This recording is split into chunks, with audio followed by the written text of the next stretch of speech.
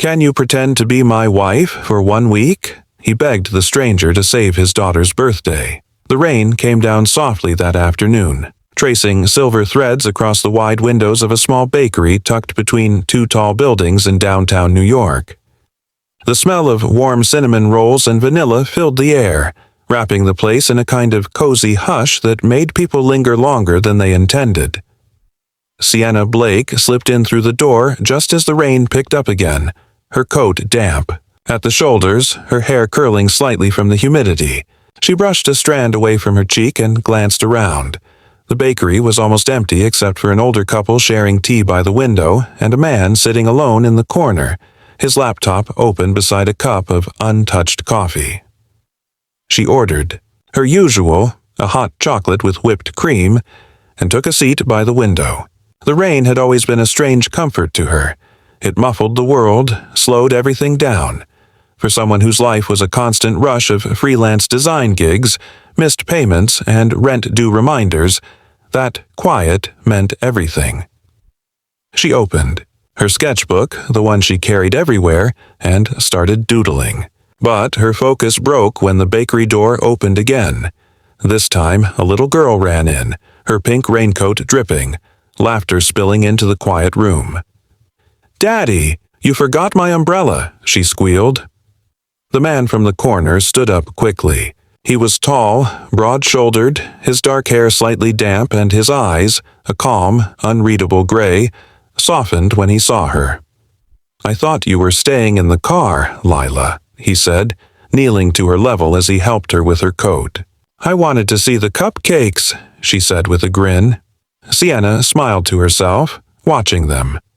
The man, Ethan Cole, she realized suddenly, recognizing him from a magazine cover she'd seen once. CEO of Cole Enterprises. A self-made millionaire, widowed young, known for being brilliant in business and impossible to approach in person. He stood again, his presence commanding yet somehow quiet. When his gaze flicked towards Sienna, she froze, caught staring. For a brief moment, something passed between them. Curiosity, maybe, or recognition neither could explain. He offered a polite nod, then turned back to order something for Lila. Minutes later, Sienna thought that would be the end of it. Just a passing moment, a glance between strangers. But fate had a funny way of weaving people into each other's paths. As she gathered her things to leave, she noticed Ethan's laptop bag slipping off the edge of the table. Without thinking, she rushed forward and caught it before it hit the floor. "Whoa! Careful," she said, steadying it. He turned, surprised. "Thank you," he said, his voice low and steady. "No problem," she replied, giving him a small smile. "Would have been a tragedy if your $1 million laptop met the floor." A corner of his mouth lifted, the smallest hint of a smile. "It's mostly spreadsheets, not much of a loss." "Spreadsheets can be tragic, too," she teased. He chuckled, a quiet sound that seemed foreign to him, like he hadn't done it in a long time. That should have been it. But then Lila tugged on his sleeve. "Daddy, she's funny. Can she come to my birthday?" Sienna's eyes widened. "Oh, that's sweet, but—" Ethan looked flustered for a moment, then smiled down at his daughter. "She's just being friendly. Sorry." "No, it's fine," Sienna said quickly, amused. "Happy early birthday." Lila beamed. "I'm turning 6. Daddy says we're having a big party, but—" Her smile faltered. "It won't be the same without Mommy." The words hung heavy between them. Ethan's jaw tightened slightly and he gently took her hand. "Come on, sweetheart." Sienna felt her chest tighten. There was a softness in his eyes, pain hidden under layers of control. They left soon after, and Sienna told herself it was just another fleeting city encounter. She'd go back to her sketches, her deadlines, her quiet little apartment. But later that night, when her phone buzzed with an unknown number, and a deep, familiar voice said, "Miss Blake, this is Ethan Cole. I need to ask you for something unusual." She froze mid-step. He explained quickly, his tone formal at first, then hesitant. Lila's birthday is in a week. She's been struggling since her mother passed, and lately, she's withdrawn. She told her friends her mom would be there. I tried to explain, but she broke down. I just can't let her feel that again on her birthday. Sienna barely breathed as he went on. I know this sounds absurd, he said finally, but would you pretend to be her mother? Just for the party, just one day. She blinked, stunned. You want me to pretend to be your wife? For one day, he said quietly. Please. Her first instinct was to laugh, to tell him this was ridiculous that he could hire an actress, but something in his voice, something raw and almost pleading, stopped her. He wasn't asking as a CEO. He was asking as a father. After a long silence, she said softly, All right, I'll do it. That evening, Sienna stared at her reflection in the mirror, wondering what on earth she'd just agreed to. She'd met the man once, for maybe 10 minutes, and somehow she was about to play his wife, a stranger's wife, for the sake of a little girl's heart. When she arrived at his penthouse the next day to rehearse the role, she realized how unprepared she was for the world he lived in. The elevator opened into a space filled with glass walls, city views stretching endlessly, art pieces worth more than her entire apartment building. Ethan met her at the door, dressed casually but somehow looking like he'd stepped out of an editorial spread. Thank you for coming, he said, stepping aside to let her in. Lila ran out from the living room. Mommy, she cried, wrapping her arms around Sienna's legs. Sienna froze, her heart aching at the innocence of it. Ethan's eyes softened briefly, guilt flickering there before he looked away. They spent the afternoon going over details, how long she'd stay, what she'd say if anyone asked, questions, how to act around family and business associates who'd attend. But despite the awkwardness, there was an ease between them neither expected. Lila's laughter filled the room again that night, louder than it had been in months. And when Sienna finally left, Ethan watched her from the window, rain once again beginning to fall against the glass. For the first time in years, the silence in that penthouse didn't feel so unbearable. The following days passed in a strange kind of rhythm neither Ethan nor Sienna expected. What had started as an awkward arrangement began to feel natural. Every afternoon, she stopped by the penthouse to help Lila with birthday preparations, choosing decorations, baking test cupcakes, wrapping presents. The laughter that had been missing for so long now filled every corner of the house. Sienna found herself smiling more, too. She'd forgotten what it felt like to belong somewhere, even temporarily. Ethan, on the other hand, was caught completely off guard by how easily Sienna fit into their lives. She had this quiet energy, calm, genuine, that softened the air around her.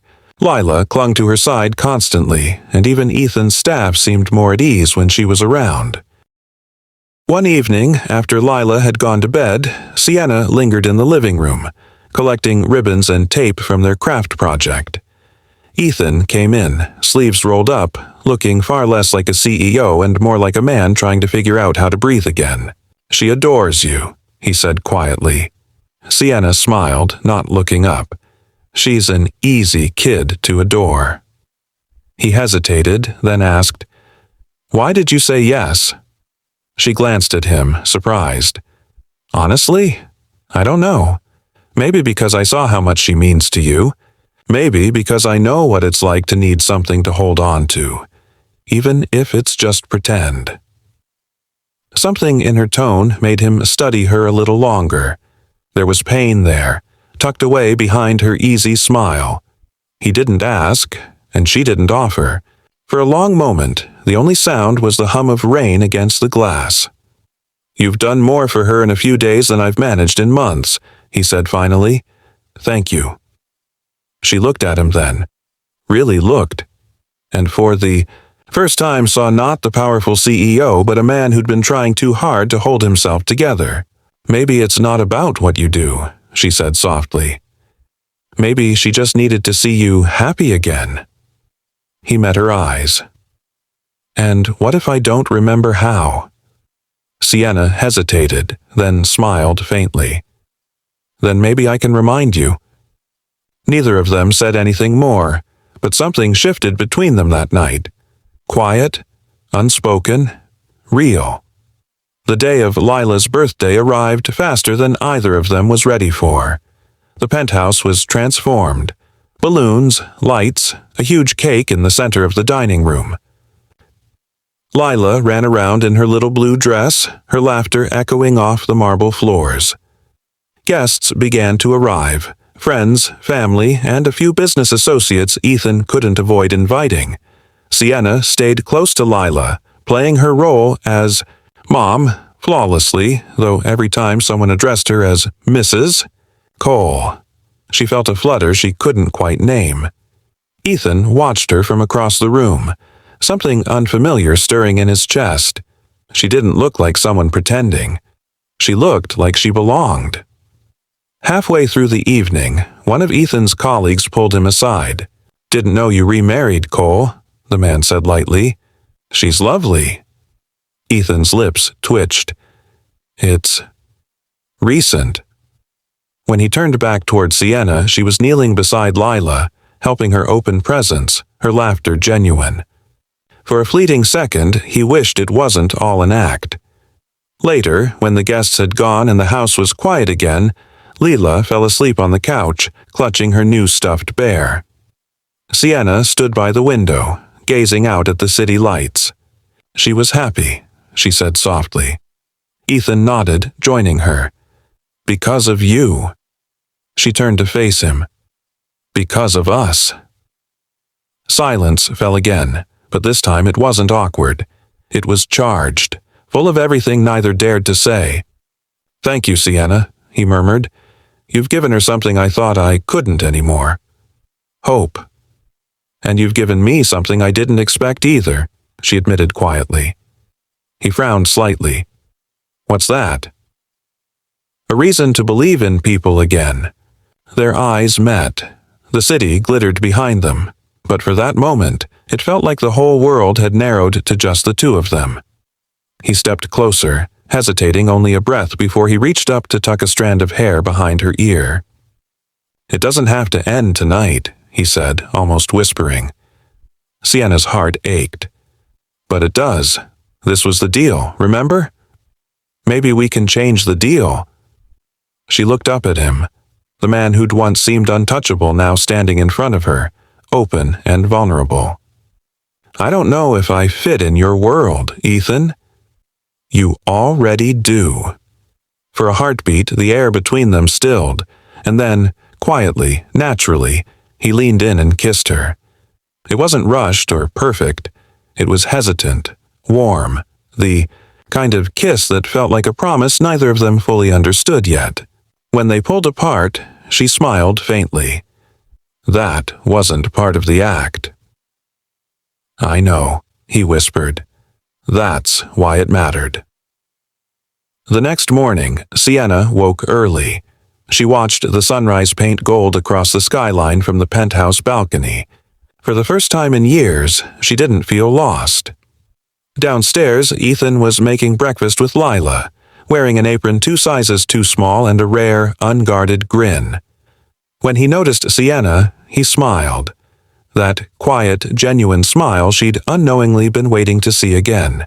"Good morning," he said. She leaned against the counter. "So, what now?" He looked at her for a long moment before answering. "Now, we stop pretending." Lila giggled.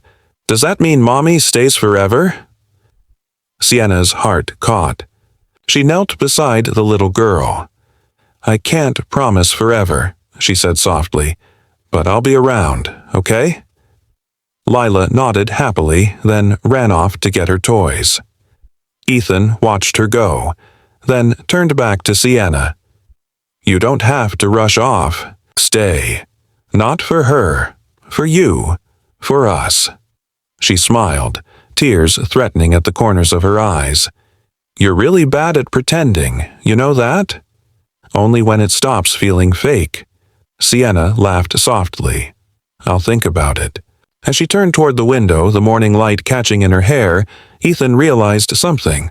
For the first time since his wife's death, the house didn't feel haunted. It felt alive. He walked up behind her and gently took her hand. She didn't pull away. Outside, the rain had stopped. The sky was bright again, and somewhere between make-believe and truth, they had found something real.